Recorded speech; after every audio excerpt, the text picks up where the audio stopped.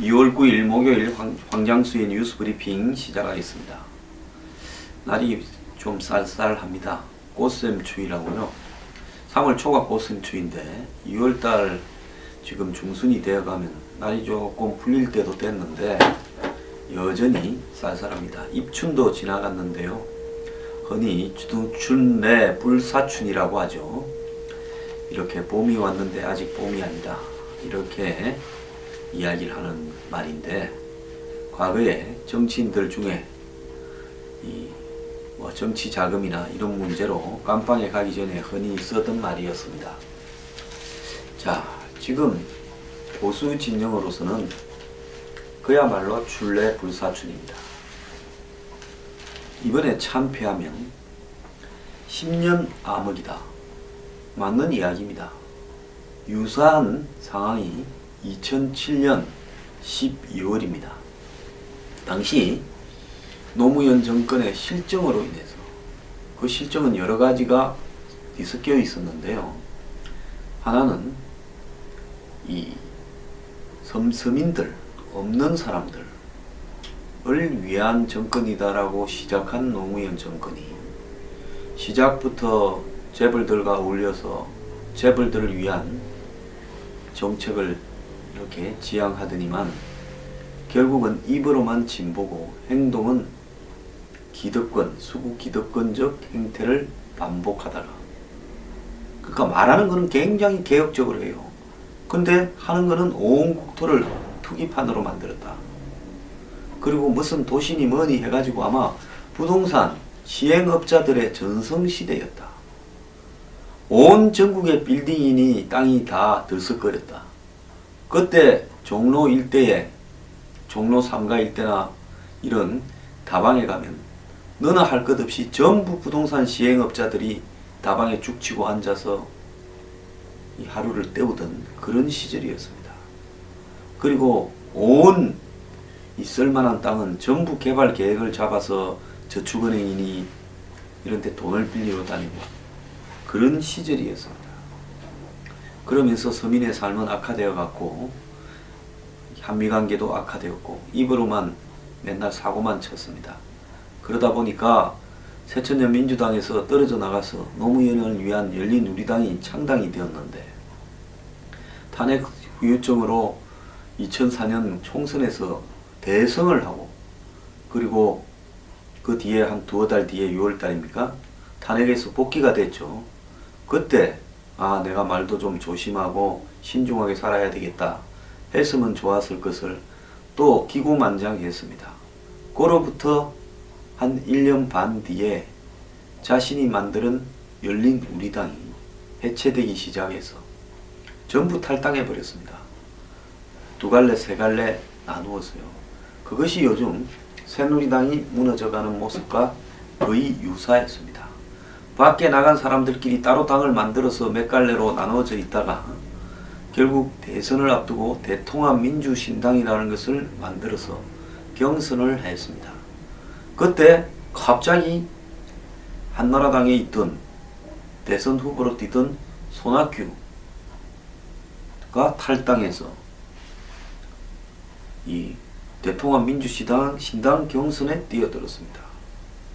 그리고 이해찬시로 유시민, 한명숙이 힘을 모아줬습니다. 친노 후보 단일화를 한 거죠.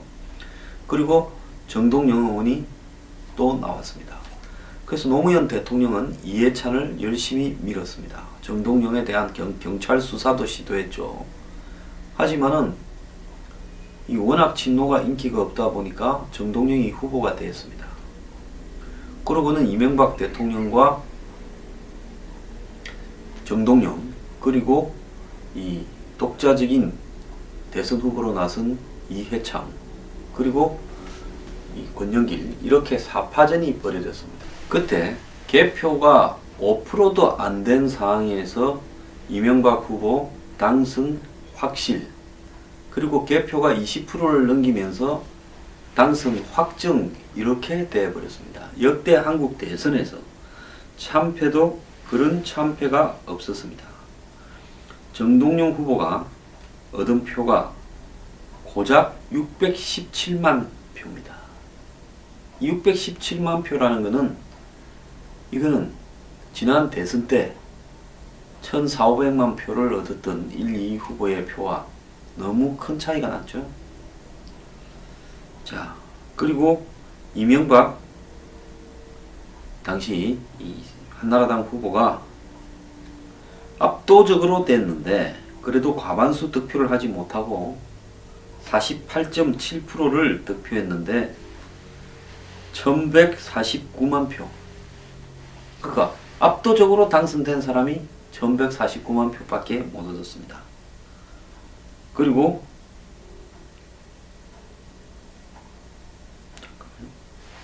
이해창 후보가 355만 9천 표, 15.1%를 얻었고요. 거의 뭐 혼자 뛰다시피 한 이해창 후보가 이 정도를 얻었습니다. 자, 그리고 창조한국당의 문국현 후보가 별도로 독자 출마를 했죠. 당을 만들어서 137만 5천 표. 그리고 이인재 후보가 나섰는데요. 이분은 16만 표를 얻었습니다. 그리고 민주노동당의 권영길 후보가 마지막으로 나섰는데 72만 2천 표를 얻었습니다. 자, 이렇게 해서 참패 중에 대참패를 그때 기록을 했습니다. 그때 이후로 이명박 박근혜 보수 10년의 집권이 계속되어 왔습니다.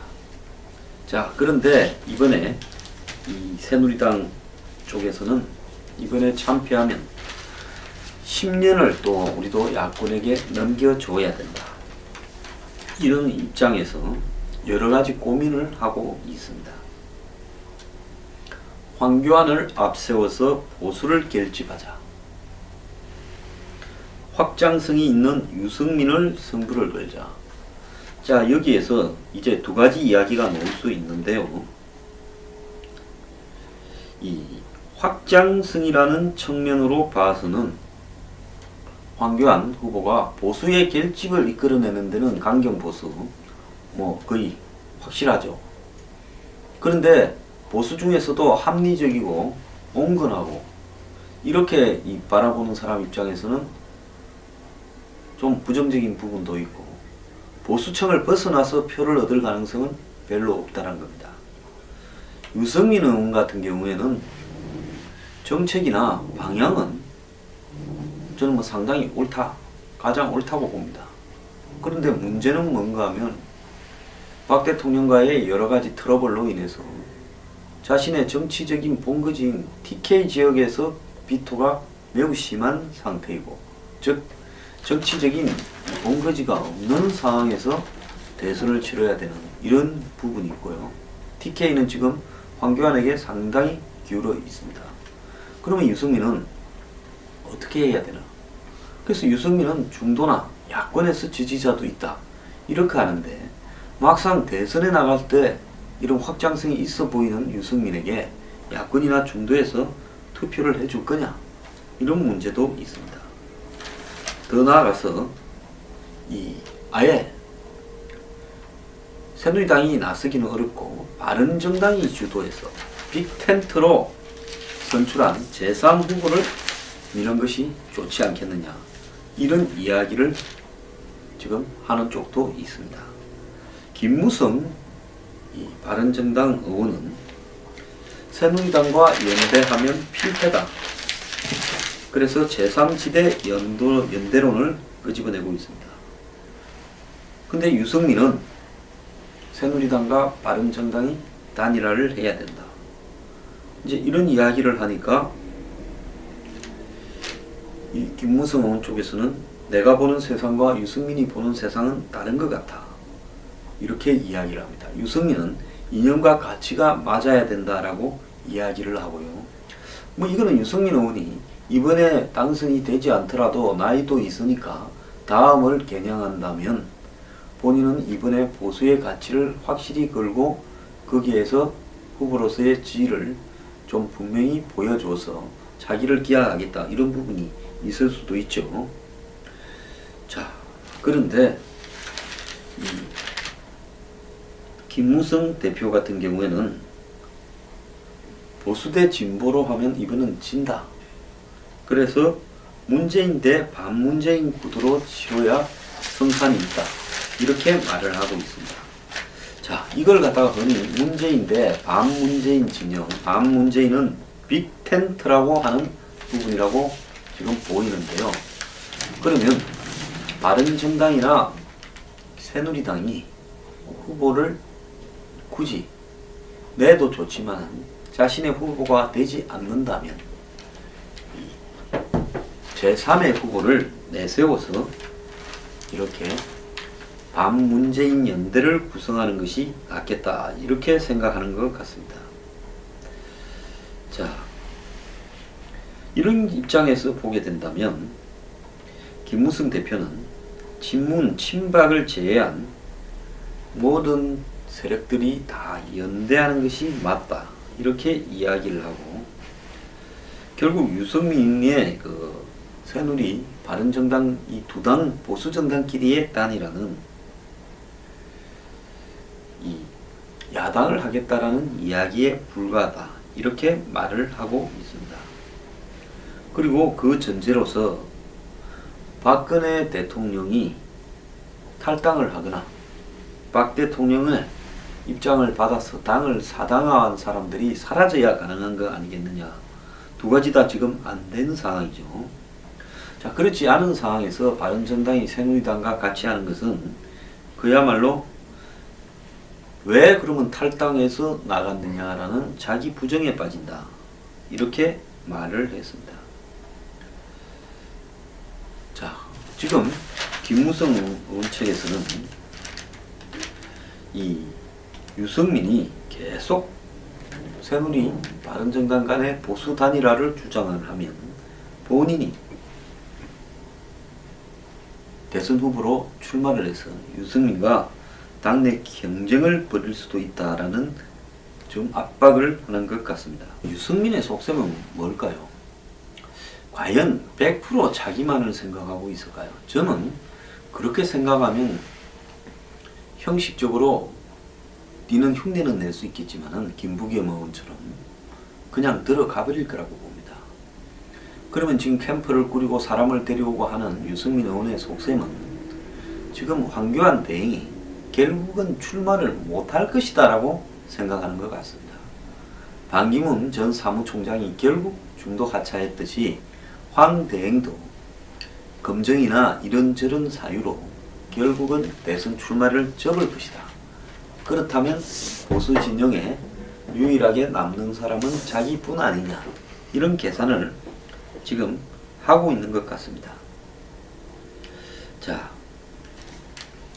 그러면서 새누리당이 앞으로 뭐 인적 청산이 되거나 그런다면 당연히 단일화를 해야 되지 않겠느냐, 이렇게 말을 하고, 황 대행은 나올지 안 나올지도 모르는 분이니까 좀 지켜보자. 그리고 국민의당과 연대 부분에 대해서는 국민의당은 이 안보관이 다른 사람이 있는데 그런 사람들까지도 같이 할 수 있겠느냐. 그럼 보수 진영에서 받아들이기가 어려울 것이다. 아마 박지원 대표에 대해서 이야기하는 것 같습니다. 안철수 의원에 대해서는 이 생각이 맞는 부분이 있다라고 이야기하고, 박지원 대표에 대해서는 대북관이나 안보관이 불안하다, 이렇게 이야기를 하고 있는데요. 자, 지금 이 제3지대라는 것도 따지고 보면 국민의당 빼놓고는 뭐 있습니까? 손학규도 거기 들어갔고요. 지금 뭐 민주당의 비문 중에서 탈당할 사람은 김종인 정도 빼고는 없을 것 같습니다. 그러면 이제 제3지대라고 하는 부분은 국민의당과 바른정당, 김종인 이 세 세력을 놓고 구체적으로 이야기를 해야 되는 부분입니다. 뭐 제3지대에 특별한 사람이 있는 듯이 자꾸 제3지대 거론하는 것은 부적절하다, 이런 생각입니다.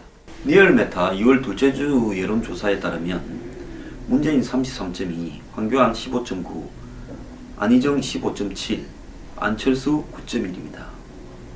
엠브레인 조사에 따르면 이건 기혼 여성만을 조사했다는데 흥미롭네요. 문재인 27.6, 안희정 16.5, 황교안 14.5라는 겁니다. RN서치라는 조사에 보면요, 2월 2주차 문재인 36.9, 안희정 15.4, 황교안 13.6, 안철수 8.7 이렇게 나오고 있고요. 조원 CNI가 조사한 데 보면 문재인 29%, 황교안은 무려 11.32 급등을 해서 19.5, 또 안희정은 16.6, 안철수 10.4 이렇게 나오고 있습니다. 그래서 황교안이 지금 19에서 13 사이에 다양하게 좀 나오고 있는 것 같은데요. 안희정과 엎치락 뒤치락 하는데 제가 생각을 할 때는 황교안이 조만간에 안희정은 충분히 제낄 것 같습니다. 자, 이런 상황에서 황대행으로 갈 거냐? 그런다면 바른정당에서는 아마 황대행과의 단일화 이야기는 안 할 것 같아요. 유승민은 이야기를 하지만은 실제로 유승민과 황대행이 오픈 프라이머리라는 형태로 단일화 작업을 할 경우에 황교안으로 단일화될 가능성이 제가 볼 때는 거의 확실할 것 같습니다. 왜냐하면 이 단일화에 참여하는 사람들도 대부분 보수 진영이지, 일반 국민들이 보수 진영을 지지하지 않는 사람들이 굳이 참여해서 유승민은 한 표 찍어주지는 않을 거라고 봅니다. 그렇다면 이 결국은 바른정당 내부에서 반발이 나올 거고, 그런 부분들 때문에 이 단일화가 쉽게 성사가 될 수 없다라는 겁니다. 그런데 황교안 대행이 20%가 지지율이 넘어가면 결단을 하겠다, 즉 출마를 밝히겠다, 이런 이야기를 이렇게 지금 하고 있는 것 같습니다. 그 주변에서요. 그런데 과연 황 대행이 20%를 넘을 거냐? 저는 넘어는 간다고 봅니다. 지금 안희정이 20%를 넘는 것은 거의 어려울 겁니다. 왜 그런가 하면 문재인이 워낙 야권 지지율들을 흡수하고 있기 때문에 그런데요. 보수 진영에서는 당연히 누구든 20%가 넘는 사람이 언젠가는 나와야 되는데 지금 워낙 초토화되다 보니까 그런 부분이 보이지 않았는데, 될 것 같은 사람이 있다면 그 사람의 문제나 자질, 검증 이런 거를 불문하고 20%까지는 지지율이 충분히 나올 수 있다고 봅니다. 이제 이렇게 되었을 때 이 단일화가 아니라 흡수를 하려고 할 거고, 바른정당은 김무성 의원이 나서서 국민의당이나 이런 세력과 개헌을 전제로 제3지대를 만들려고 하는 흐름이 지속될 건데, 여기서 황 대행이 저는 일찍 이 출사표를 던져야 될 필요성에 대해서 잠깐만 이야기를 하겠습니다. 황 대행이 늦어지면요, 만약에 황 대행이 대선 출마 선언을 대선 30일 전에만 하면 되는데, 그럼 30일을 앞두고 하루 전에 나온다고 칩시다. 그렇다면 3월 13일쯤에 탄핵이 인용된다고 가정을 하고, 그러면 5월 한 14, 15일쯤에 선거를 한다 칩시다. 그렇다면 황 대행이 4월 10한 2일까지 근무를 한다 칩시다. 자, 그러면 앞으로도 2달 이상을 황 대행이 대행직에 가야 되는데, 그런 상황 속에서 갑자기 나와서 그 검증도 회피하고 사실상 지지율은 계속 굳혀가면서 갑자기 나와서 붙었을 때, 그것이 보수 진영이 이길 수 있는 카드는 될 것인가? 한 달 만에 당내 경선도 해야 될 거고, 거기도 이인재도 있고 원유철도 있고 김문수도 있는데 경선 안 하고 되겠습니까? 그럼 한 달 만에 경선을 한다 그러면 후보들이 승복을 하겠습니까? 절대로 제가 생각을 할 때는 이 이인재나 이런 이 김문수 같은 사람이 황 대행으로 추대하자라는 부분에는 동의를 하지 않을 거고, 실제로 추대는 불가능하다고 봅니다. 그러면 대통령이 3월 13일 날 탄핵된다 하면 당내에 내부 경선이 언제 시작됩니까? 바로 3월 한 25일쯤에는 경선을 해야 될 겁니다.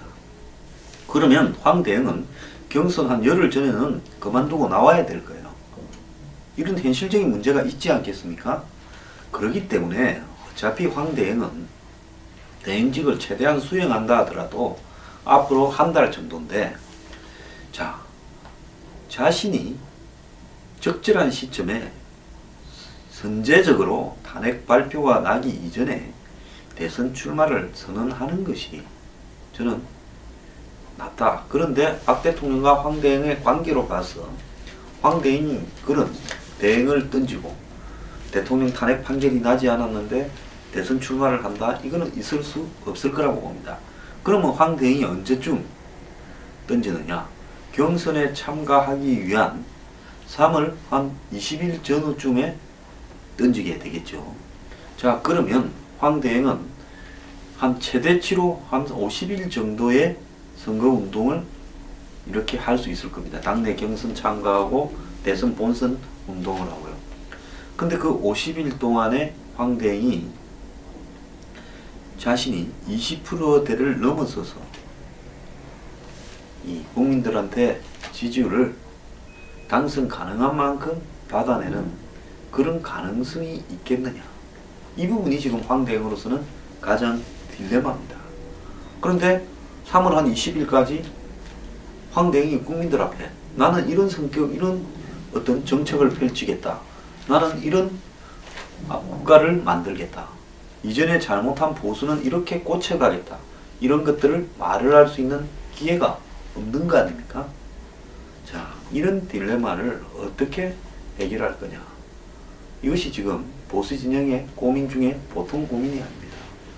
황대행이 실질적으로 자기를 알릴 시간은 없고, 그것은 검증을 작게 받는다라는 이득도 될 수 있겠지만은, 당선이라는 측면에 놓고 본다면 국민들 다수가 어떤 사람인지 거의 모르는데 자기를 알리지도 않고 보수 진영 이외에 득표를 가져올 수 있겠느냐는 겁니다. 그리고 지금 황대행에 굳어져 있는 이미지는 보수 진영의 강경 보수 측에는 보수 진영도 1에서 100까지 있다고 보면 그 중에 한 30은 강경하다고 보면 나머지 70은 꼭 그렇게 강경하진 않죠.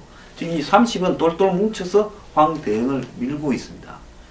그래서 이것이 보수 진영 전체에서 제가 볼 때 지금 한 40~50%의 지지를 끌어내고 있는 측면이 보입니다. 지금까지는 한 30% 결집한 것 같아요. 자, 그러면 일단 주도권은 잡았습니다. 그건 인정을 안 할 수가 없어요.